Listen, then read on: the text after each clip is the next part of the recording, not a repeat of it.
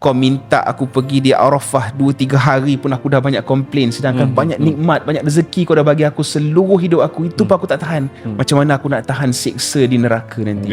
Saya ni kalau ikutkan orang kata darah usahawan tu, daripada kecil lagi memang minat saya bisnes, minat saya usahawan. Tapi ada satu kelompangan lah dalam hati saya ni. Something missing tau. Saya dah daftar haji dah agak lama dah. Masa saya balik pada jumpa klien tu tengah malam tu dekat Federal Highway tu, saya nampak ada segerombolan bas di escort oleh polis dan sebagainya. Siapa tu?